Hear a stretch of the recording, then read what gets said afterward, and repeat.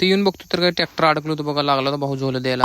तर नमस्कार नादखोळा tractor driver भाऊ. आजचा विषय काय म्हणजे आज नाईटला जायचो बघा आपल्याला ट्रॅक्टरवर. प्लॉटचं काम चालू होतं बघा, प्लॉटची लेवल झाली त्यासाठी एकाकडनं माती टाकायचं काम चालू होतं. मग काय शेतकऱ्यांना जरा चहा आणला बघा, चहा जरा प्याला, चहा पिऊन आणि काम चालू केलं. रनिंग जरा कमी असल्यामुळे बॅटरी चार्जिंग होत नव्हती बघा, त्यासाठी स्टार्टर एक लागून झालं. मग काय भावानं ढकलून चालू करून दिलं बघा, पुढे जाऊन आणि जाऊन आरली बघा टॉली. तिथं झोलं घालून भावानं कसं बसं ट्रॅक्टर काढून ओतून आला आणि नंतर जी आपली खेप पण आवरून बसली बघा, आपण डायरेक्ट बसली तिथंच. मग काय ट्रॅक्टरचं काम थोडं संपलं बघा, मशीनचं काम 2-3 तासाचं राहिलं होतं. ट्रॅक्टरच्या घोड्यावर हातरून तेवढं करून घेतलो बघा लगेच.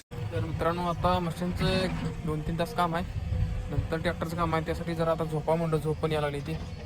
ट्रॅक्टरच्या घोड्यावर झोपले बघा. आता सकाळी बरोबर 5ला उठलीत बघा. 5ला उठून आता आपल्याला एखादा खत काढायचं आहे होतं, खत भरायचं होतं. त्या ठिकाणी आलो बघा, थंडी एक लय वाईट लागली होती बघा वाजायला. एक खेप होतून दुसऱ्या खेपाला भरायला तोपर्यंत सकाळ झालती बघा. मग काय लगेच खेप भरून रानात घेऊन गेलो बघा. रान पण जरा ओलं असल्यामुळे जरा जायला दमवा लागलो. तसंच कसं तर ओतून आलो बघा. इथे येऊन बघतो तर काय ट्रॅक्टर अडकलो होतं बघा, लागला तर भाऊ झोलं द्यायला.